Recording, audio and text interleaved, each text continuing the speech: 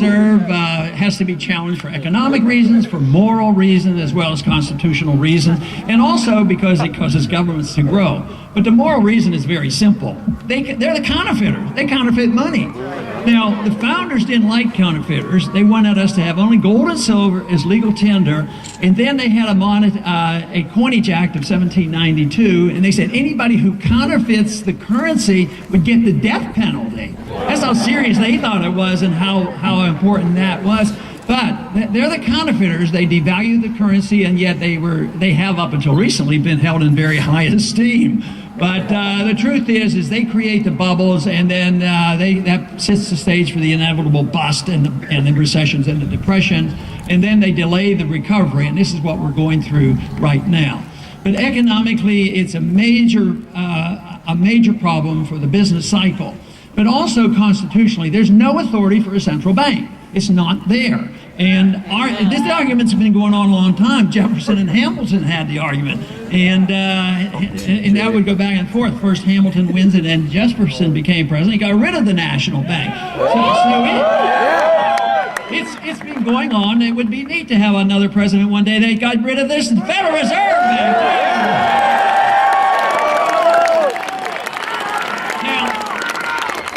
The issue indeed is liberty. It means also that the opposite of liberty is big government. The bigger the government is less liberty. It's just automatic that way. So if you think you can have big government and a lot of liberty, it's not the case. But the Federal Reserve enhances the growth of government. So if it's an entitlement system, there's never enough taxes and never enough borrowing, so you have to print the money, and that delays the consequences, and it hides the people who suffer the most. It hides the victims. So it's very tempting. The politicians love it, and they get away with it until there's a major crisis. And we're in the midst of that, and that's why things will have to change. But also the issue of war. Wars cannot be fought without inflation, and that is the printing of money. So if we truly wanted to change our policies, we should do one thing that, even if you can't get all the tax code changed and all the laws changed, you could do one thing to make the point. Get rid of the withholding tax. Yeah. This is what would happen. If the businessman wasn't required to withhold your tax, he then becomes a tax collector, and of course you then have to participate, and if there's ever a challenge, you're guilty until you're proven innocent. It's totally unconstitutional the way it operates. But what if we as a people had to write a check every month to pay all the bills? We couldn't borrow the money, we couldn't print the money, and paid for the type of government we get. I think that it wouldn't last very long. I think people would rebel and say, I'm not sending you any more money for what I'm not getting from the government.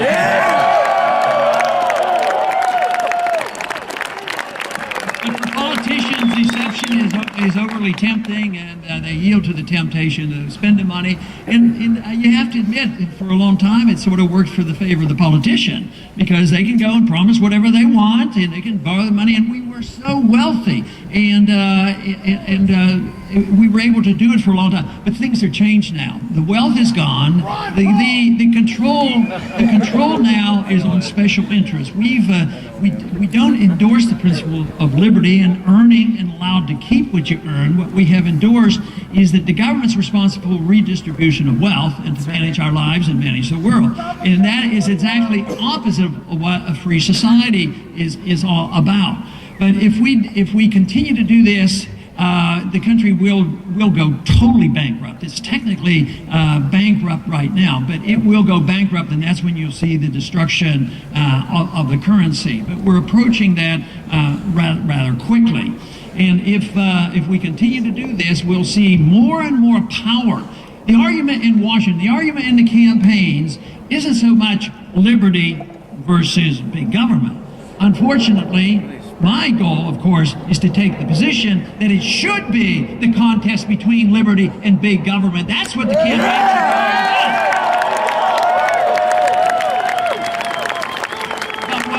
What is going on, it's a fight over the special interests of one party versus the special interests of the other party, and they're clawing away at a pie that is shrinking. And that's why people are getting very, very nervous, and that's why you should be very concerned, because this is not going to last. I used to talk a whole lot about we have to quit this spending because we don't have the right to put this debt on the next generation. That isn't true, because this generation, it's you right now, you're getting ready to get out of school and you have debt and the government has debt and these obligations are endless. It's right now, we're all seeing the consequence of the last 50, 60, 70 years of excessive spending, deficit financing, mischief with the currency, and adapting. You know, I thought it would be so wonderful when the Cold War ended and we get a peace dividend. Unfortunately, it didn't happen. The neoconservatives took over, and they decided we had to be the policemen of the world.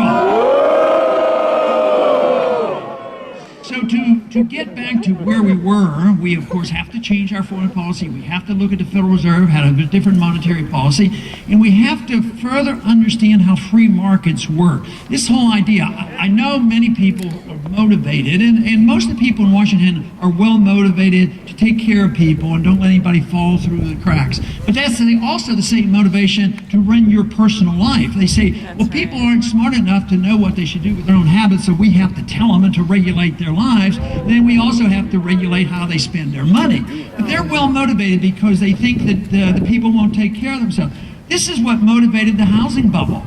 You know, the Federal Reserve, easy credit, people can get loans, and this sounds wonderful. Everybody deserves to have a house. Everybody deserves to be free, but not everybody deserves a house at the expense of somebody else. You should have to work for it. Yeah. But easy credit seemed to be helping. People were getting their houses, and then we had these government programs that forced banks to make bad loans. And they were wondering why this thing was coming about, because it was helping a lot of people. At the same time, they had this tremendous edge. The price of the house, the value of the house was going up and up. So you kept borrowing against this, and they refused. If you look at all the reports of both Greenspan and Bernanke, they never once said that. They reassured everybody, oh, there's no problem at all. There's no housing bubble. But what happens? There was a lot of people making some big money on that. You know, we had Fannie Mae and Freddie Mac and the big banks, and a lot of people were making money. But this incentive to help poor people get a house, even though well motivated, was a disaster, because guess what? The bubble burst and the crisis hits, and people ran back to Washington. I remember in 2008, both presidential candidates ran back to vote for the bailouts. And guess who got bailed out? The very rich who were making all the money in the process. The ones who brought about the bankruptcy with the derivatives market, and they get the bailout. And what happened to the middle class? What happened to the people who were supposed to get the house? They lost their jobs and they lost their houses. So the entitlement system doesn't work. You should be entitled to your life. You should be entitled to your liberties, and you ought to be entitled to keep what you earn.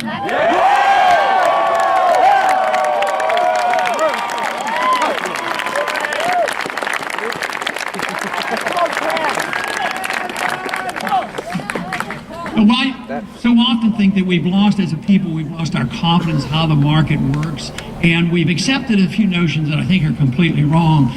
One is that too many people accept the idea that the government can protect us against ourselves. You can't do that. I mean, you embark on the worst kind of government. It's the worst authoritarian government.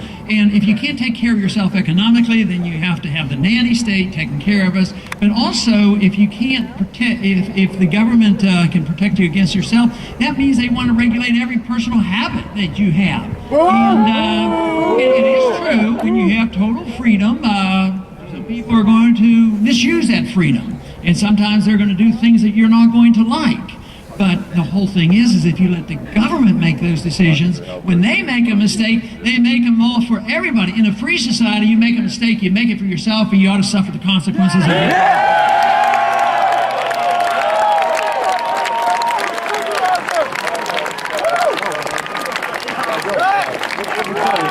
I think we understand that issue pretty well when it comes to religious beliefs. We can have no religious beliefs, or we can have various religions. We fairly, tolerate that fairly well as intellectual activities. We're allowed to still read books about communism and socialism and all these failed policies, and we don't regulate that. But somewhere along the way, we've come up with this idea that we're allowed to regulate what goes into our souls and into our brains, but we're not allowed to regulate what goes into our body. I think in a free society, you ought to make your decision what goes into your body.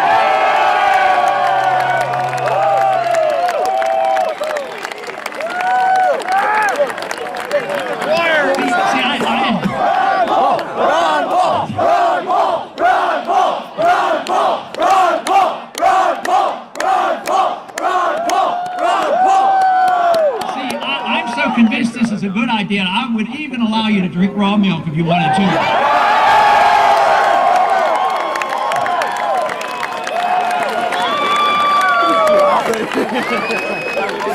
The one thing that you're inheriting is a country that thinks they can solve all the problems. If you have a debt problem, you have more debt. If you have a spending problem, you spend more money. If you have a printing press problem, you print more money. But this whole thing, it just doesn't work that way. It makes things worse, and this is why we'll have to make these decisions rather quickly. But in the personal liberty issue, I think this is probably one of the most serious things because it seems to be ignored. After 9/11, which was a horrible day in our history, but I think because there has been a lot of misunderstanding exactly what happened, I don't happen to believe that we were attacked because we're free and prosperous. I don't think that's the case. But anyway, there were a lot of things on the books that they were trying to do. They had been itching to go to war against Iraq. It was their excuse to go to Iraq. Iraq had nothing to do with 9/11. They had no weapons of mass destruction. And it was pure chaos after that. What other bill did they have floating around? They had been trying to pass it for years. It was called the Patriot Act. That passed rather easily because it was under the circumstances. I had one member of Congress tell me, well, I have to vote for it. And I said, do you know anything what's in it? No, I don't know what's in it. And I said, there's going to be bad stuff in there. He said, yeah, I know that. He says, but how can I vote against the Patriot Act a couple days after 9/11? He said, how am I going to go back home and explain that to my constituent? I said, that's your job. Go home and explain it to them.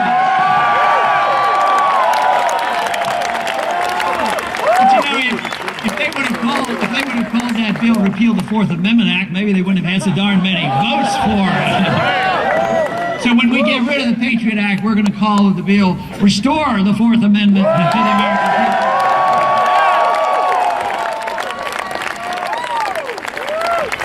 But there's a lot more being going on. Not only has it been the Patriot Act, which means that the people who are wanting to search our houses and our internet and all can do it with the people doing the searching can write their own search warrants. You don't have to go to a judge anymore. But it's even gotten worse than that. The National Defense Authorization Act. This is literally saying that the military can come in now and arrest people and have no charges made, no attorney, and can be put in a secret prison indefinitely. That is not American. That's terrible. It has to be repealed.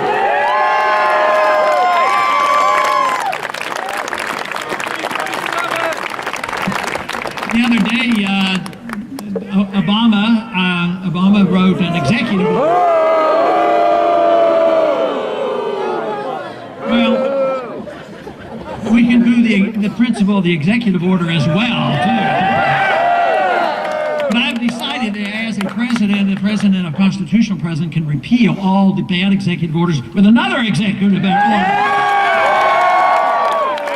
there's been a Defense Production Act that's been on the books that in time of war, the president can take over everything. The whole economy, can socialize the whole economy and the banking system and everything. But this time it was renewed by executive order just a couple weeks ago, and he added this thing, not in times of war, but he can do it in times of peace as well. You just wonder what the plan is that's going on. But one thing that is good is a lot of people are waking up. There's not enough people awake in Washington, but there are a lot of you are waking up. Not only have you awakened with regard to the Federal Reserve, but when you heard about, Stop Online Piracy Act, guess what? A lot of people called their congressmen. They took those off the docket. They're not even working on them anymore.